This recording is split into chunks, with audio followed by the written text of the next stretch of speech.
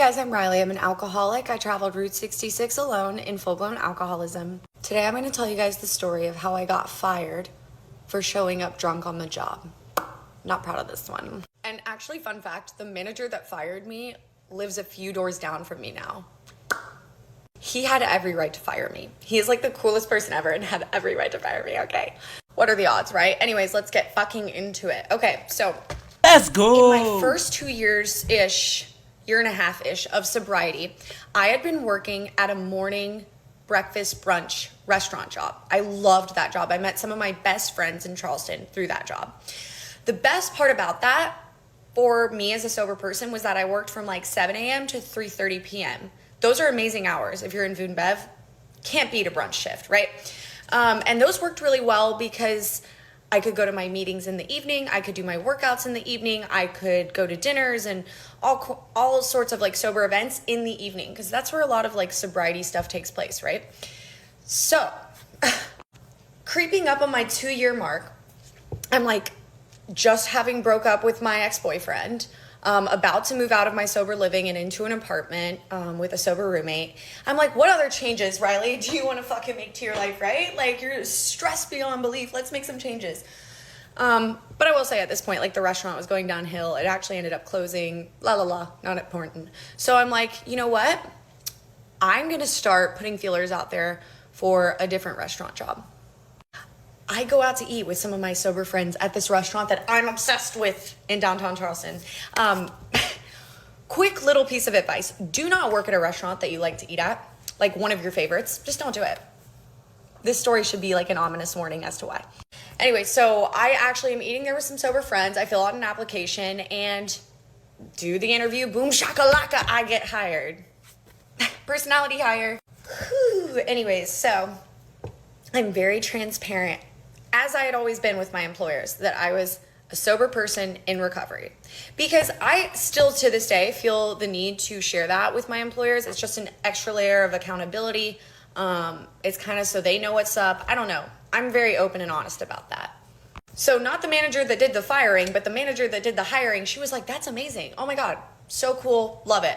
So whenever wine tastings came around or cocktails were put out, I was never handed a glass. I was never handed a straw. Right, bitch? Okay? Thank you. And this company is incredible. They honestly love and care about their employees so much. But here's the thing. Remember those changes that I mentioned? Okay, where they were really stressing me out.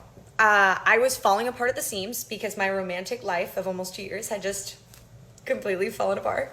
And I was not handling that well at the time at all. And then I hated my apartment. And here's the thing, my apartment was like almost a 40-minute commute from this job. And I started to grow resentful at that, right? Like the gas that I was spending was making me so angry. And I just hated the apartment. I didn't even go look at it. I didn't go look at the apartment before I signed the fucking lease. Don't do that either. So I'm growing resentful at that. I'm growing resentful at my ex and the circumstances surrounding it.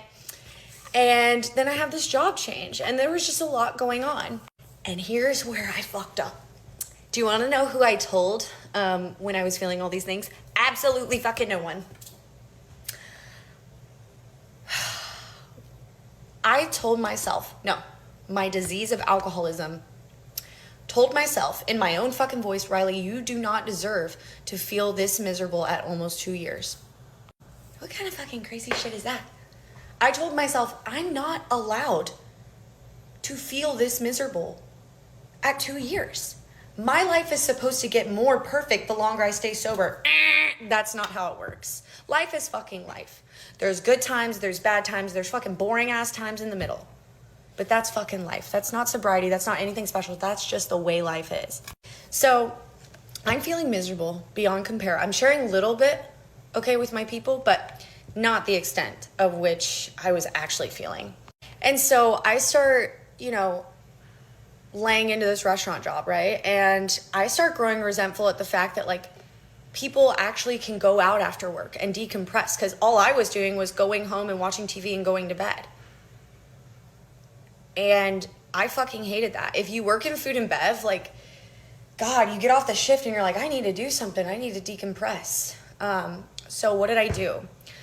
I started going out to bars sober with my coworkers and hanging out. or with just my friends and hanging out. Okay. I really had no reason to be going and hanging out at a bar until 3 a.m. as a sober person. Like, it started teetering, the sobriety did, right? I stopped being able to make my meetings because I was working at night. My meetings are like crucial to me, and I stopped going. And you know what I didn't do is like switch up my meetings. I wouldn't go to daytime meetings. I like refused to. I don't fucking know why. But I stopped going to meetings. I couldn't work out the way that I wanted to. And I was just growing more and more miserable. More and more fucking miserable. Oh gosh, looking back. Little did I know I was sitting on relapse row.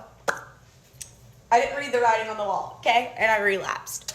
And from that point on, I'm at work with my little straw, like, let me taste the cocktail. Oh my God, that's fucking...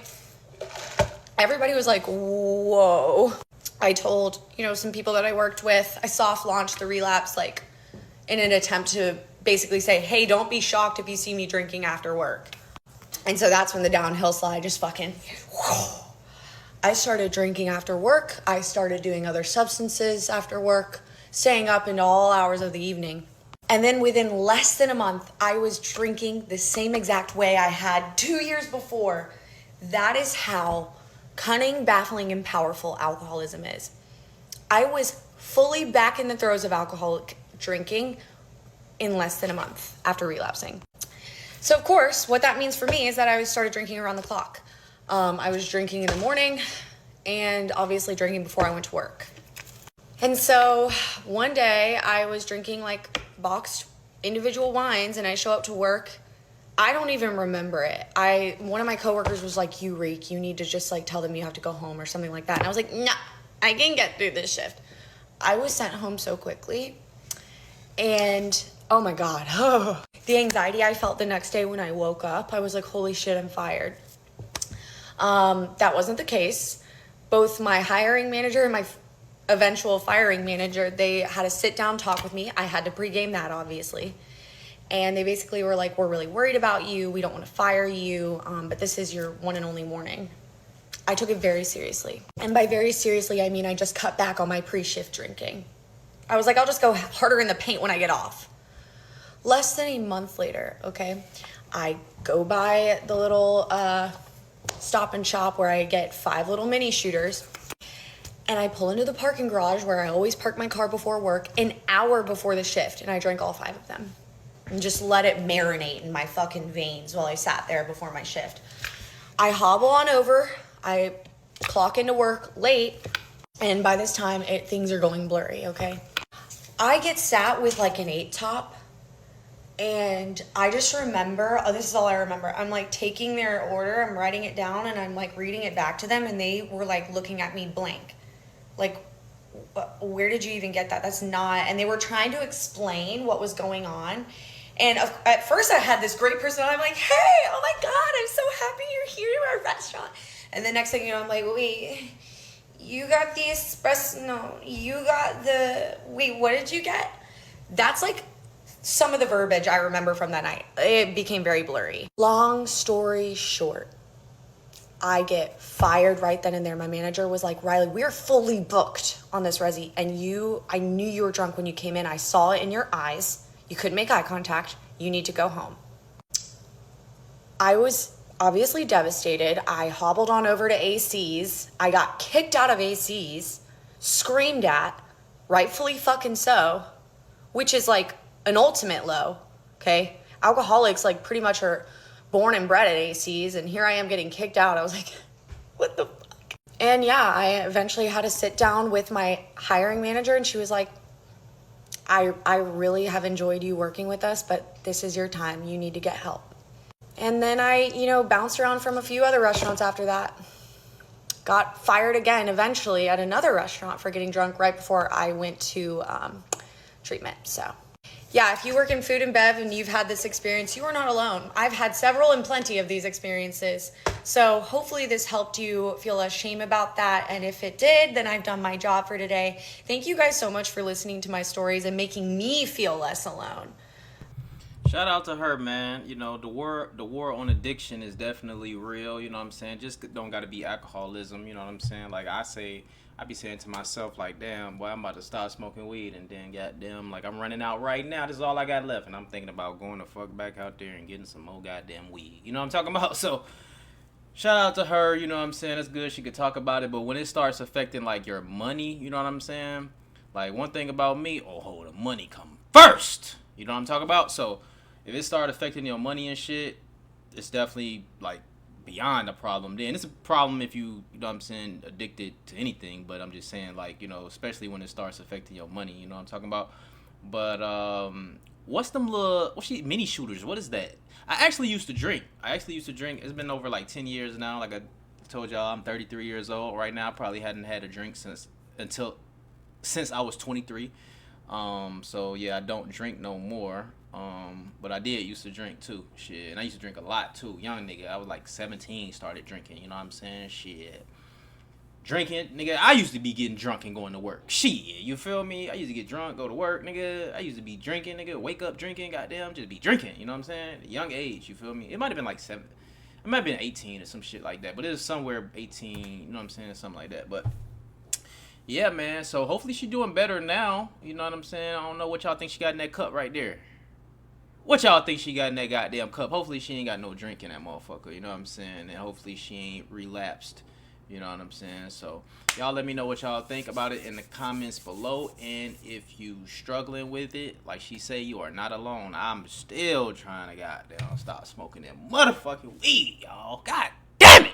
You know what I'm saying? But I like smoking weed though. Like I feel like it helps me. It helps me become more creative. It helps me be funnier on this motherfucker. Like for real. Cause like truthfully and honestly, I am like I've learned to be like more like outgoing, but like truthfully and honestly, man, I'm just a laid back nigga that just be chilling, bro. I'm telling y'all, I'm the quietest one in the room. It may not seem like that now, but my big YouTube channel, We Hustle Daily, shout out to the big YouTube channel, go subscribe to my big YouTube channel. It's called We Hustle Daily, you feel me? And with that, it was more cause I'm actually vlogging. I'm actually at the auctions and shit, vlogging, camera in my hand, motherfuckers looking at you, you know what I'm saying, staring at you. With the 24th, okay. Motherfuckers looking at you, staring at you, you know what I'm saying? So it's different. It helped me come out my shell even more, you know what I'm saying? So like this here, like talking in a microphone, this shit is easy, you feel me? But like actually getting out there, and when I had to like have the camera in front of everybody, and you know what I'm saying, everybody looking at you like, damn, nigga over there talking to himself, like, you know what I'm saying, it kind of done got me out of that, you know what I'm saying? But yeah, and I just feel like shit, weed, man, I be just chilling, you know what I'm saying? Like I say, I'm naturally a motherfucker that be chilling, bro, you know what I'm saying? I don't got no drama going on. I literally just be chilling, you know what I'm saying? Keep my head down, I stay out the way, you feel me? And shit, I be hustling, you feel me? Shout out to wehustledaily.com.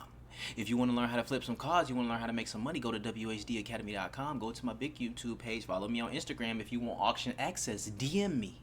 I got auction access for you. You can go to the dealer auctions and shit. You can get Benzes, all type of shit. I got all type of shit. You know what I'm talking about? So, y'all get what I'm trying to say. But, like I say, if y'all struggle with that, man, it's going to be alright. You know what I'm saying? And goddamn, it's really just the person got to decide. Because when I said I was going to stop drinking, like, I was like, man, fuck, I done drunk enough, nigga, to stop drinking. You know what I'm saying? And I feel like when I stop smoking weed, it's probably going to be the same thing. Like, I'm putting weed down forever. You know what I'm saying? Like, so I don't feel like I'm just one of them people who can, like, do the shit in moderation or do anything in moderation. Like, nigga, when I hustle, nigga, I hustle. You feel me? Nigga, when I was drinking, nigga, I was drinking. Nigga, when I'm smoking, nigga, I'm smoking, like, for real. I appreciate y'all for tuning in and rocking with me, man. It's boy Ray, big play. Peace.